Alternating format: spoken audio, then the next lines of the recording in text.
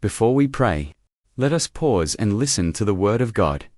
Today, we turn our hearts to one of the most beautiful and comforting scriptures in all of the Bible. Psalm 23. This psalm is more than poetry. It is a personal love letter from God, a reminder of His deep, unshakable care for you. Every word in this psalm is meant to strengthen your faith, calm your heart, and assure you that you are never alone. When David begins by saying, "The Lord is my shepherd, I shall not want," he is not merely describing a title, he is declaring a relationship. A shepherd is tender, watchful, and protective. He knows his sheep personally. He calls them by name. He watches over them, day and night, and so does your God. To say the Lord is my shepherd means your life is guided by a protector who knows you more intimately than anyone else ever could. Jesus himself said in John 10:11, "I am the good shepherd." The good shepherd lays down his life for the sheep. That is who your shepherd is. He is not distant. He is not careless. He is the one who loves you so much that he laid down his life on the cross so that you could be saved. When you whisper, "The Lord is my shepherd," you are declaring that the Creator of the universe is personally watching over you with perfect love. David continues, "I shall not want." These 4 words are a declaration of abundance and security. With God as your shepherd, you will lack nothing that is truly good for you. Paul echoes this truth in Philippians 4:19. "And my God will supply every need of yours, according to His riches in glory in Christ Jesus." Notice it says, every need, not some needs. Not most needs, but every single one. Think of the Israelites wandering through the wilderness. They had no food, no water, and no land of their own. Yet every morning, God sent manna from heaven. When they thirsted, He brought water from the rock. The shepherd provided then, and He provides now. He knows exactly what you need, and He will give it in the right time, in the right way. According to His perfect wisdom, perhaps right now you feel lack of strength, lack of direction, lack of peace. But your shepherd has promised, you shall not want. Even when you don't see the provision yet, you can trust that He is already working behind the scenes. David then says, "He makes me lie down in green pastures. He leads me beside still waters. He restores my soul." Green pastures speak of nourishment and safety. The sheep can lie down and rest, knowing they are secure. In the same way, God provides you with spiritual food, His Word, His promises, that strengthen your heart. Still waters symbolize peace and calm. Not rushing floods, not violent waves, but gentle, life-giving waters that refresh your soul. Life can be loud. Life can be chaotic. But your shepherd knows how to lead you into quietness. Isaiah 26:3 says, "You will keep in perfect peace those whose minds are steadfast, because they trust in you." When your heart is restless, when your thoughts race with anxiety, your shepherd whispers, "Come to me." Jesus said in Matthew 11:28-29, "Come to me, all you who are weary and burdened, and I will give you rest. Take my yoke upon you, and learn from me. For I am gentle and humble in heart, and you will find rest for your souls." This is the restoration Psalm 23 promises. Not just surface healing, but soul restoration. He mends the broken places inside you, renews your strength, and fills you with peace. David continues, "Even though I walk through the valley of the shadow of death, I will fear no evil. For you are with me." This valley is not only about physical death. It represents any dark season, grief, depression, loss, uncertainty, fear. Every one of us will walk through valleys in life. But here is the promise. You never walk through them alone. Isaiah 41:10 declares, "Fear not, for I am with you. Be not dismayed, for I am your God. I will strengthen you. I will help you. I will uphold you with my righteous right hand. Your shepherd walks beside you step by step. His rod defends you against danger. His staff gently guides you back when you wander. He is both protector and guide. Imagine a child walking into a dark room. Alone, that child trembles with fear. But when holding a parent's hand, suddenly, the darkness feels less threatening. That is what your shepherd does for you. His presence turns fear into courage. The valley is real, but it is not final. The valley is dark, but it is temporary. The shepherd will bring you through. So hear this truth again. The Lord is your shepherd. You shall not want. He makes you lie down in green pastures. He leads you beside still waters. He restores your soul. Even when you walk through the darkest valley, you do not have to be afraid, because He is with you. This is not only David's song, this is your promise. Psalm 23 is not just ink on paper, it is life and breath for your weary soul today. David continues with a powerful and almost surprising image in Psalm 23. You prepare a table before me, in the presence of my enemies. You anoint my head with oil, my cup overflows. Think about this. The shepherd does not only provide in quiet pastures or still waters. He provides in the very presence of your enemies. Imagine sitting at a feast, fully protected, while your enemies look on helplessly. You are safe. You are honored. You are surrounded by God's favor. This is not only provision, this is victory. It is God declaring, I am not just going to feed you. I am going to bless you so openly that everyone, even your enemies, will see it. Psalm 31-19 says, How abundant are the good things that you have stored up for those who fear you, that you bestow in the sight of all. On those who take refuge in you, your shepherd prepares a table, not in secret, but in public. He blesses you where others said you would fail. He lifts you up where others expected you to fall. Perhaps you've been mocked for your faith. Perhaps people doubted you, spoke against you, or even betrayed you.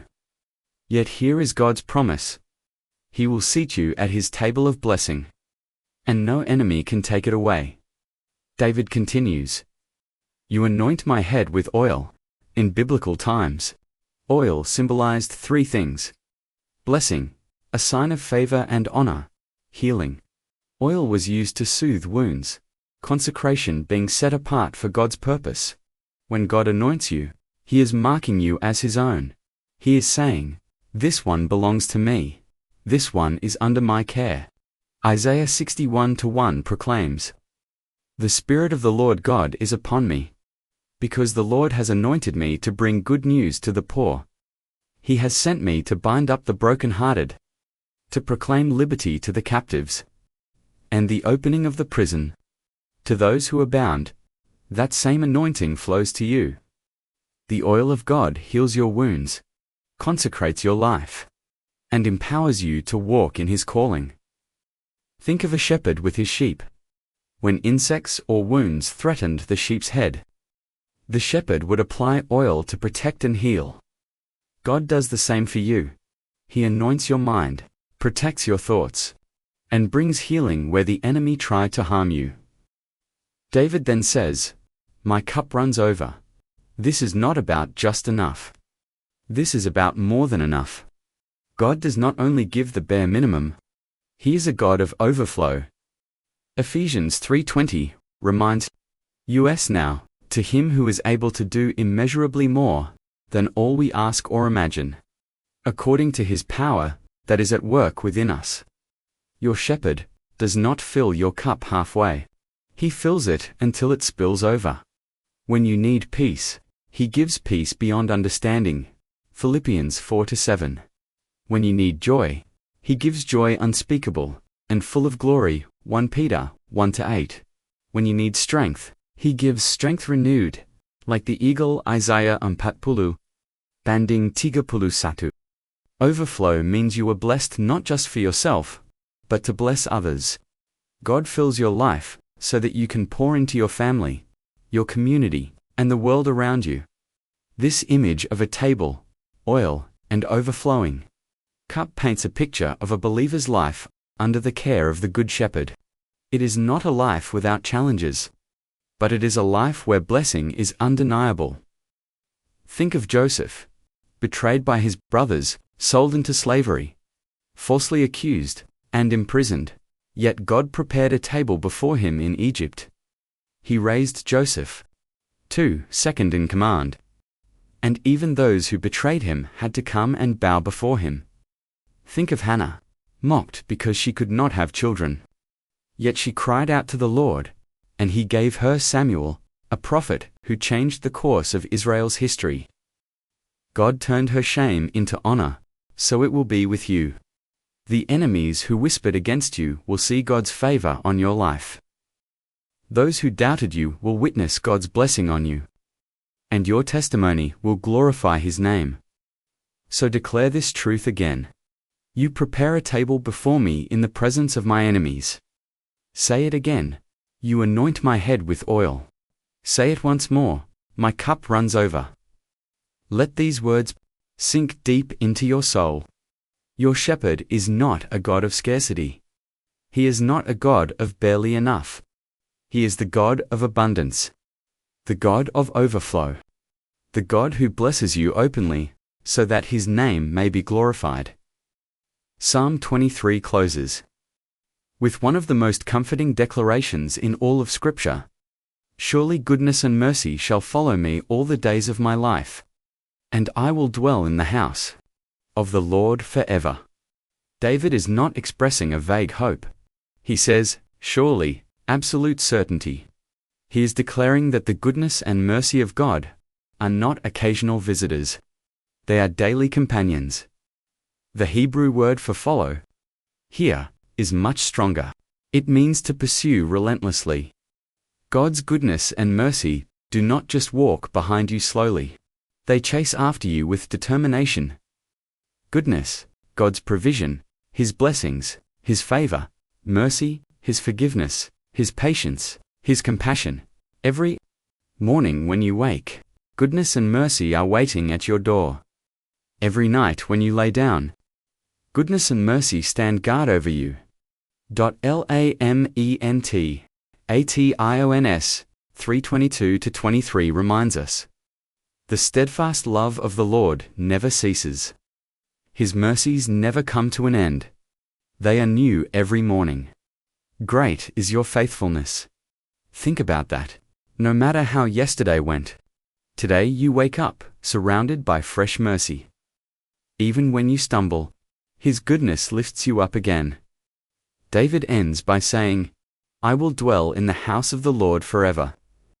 This is more than a temple visit. It is eternal fellowship. It is the promise of heaven, where there is no more fear, no more pain, no more sorrow.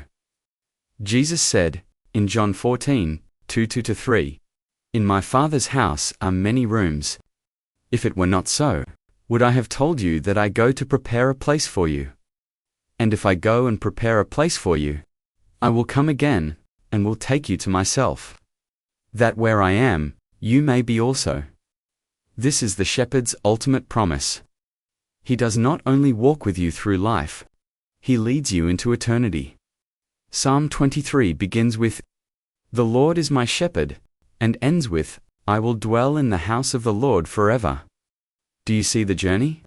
From provision gives, to peace gives, to protection in trials gives, to victory gives, to abundance gives, and finally, to eternal security. This is not just David's journey. This is yours. When you feel weak, remember, the Lord is your shepherd. When you face lack, remember, you shall not want. When life is chaotic, remember, He leads you beside still waters. When you are broken, remember, He restores your soul. When you walk through darkness, remember, you will fear no evil, for He is with you. When enemies surround you, remember, He prepares a table before you. When you doubt your worth, remember, He anoints your head with oil. When you feel empty, remember, your cup runs over.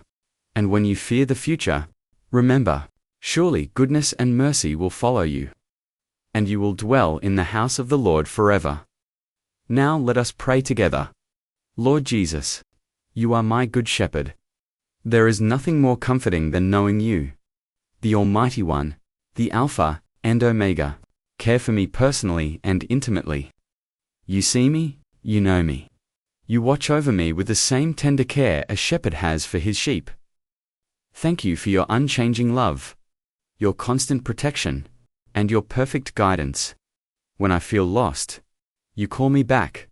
When I feel weak, you lift me up. When I feel broken, you restore me, Lord. I pray not only for myself, but also for those listening right now. For the weary, bring rest. For the fearful, bring courage. For the broken-hearted, bring healing. For the hopeless, bring new faith.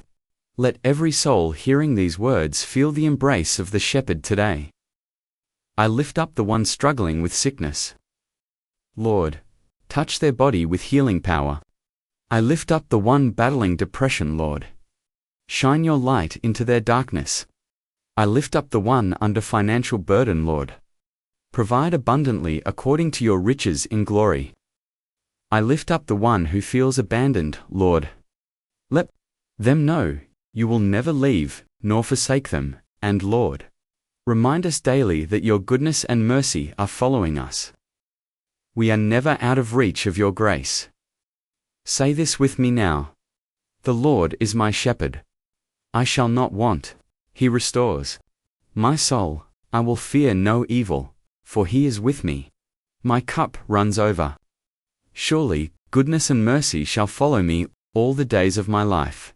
Say it again, until it sinks deep into your spirit. Let these words be more than verses.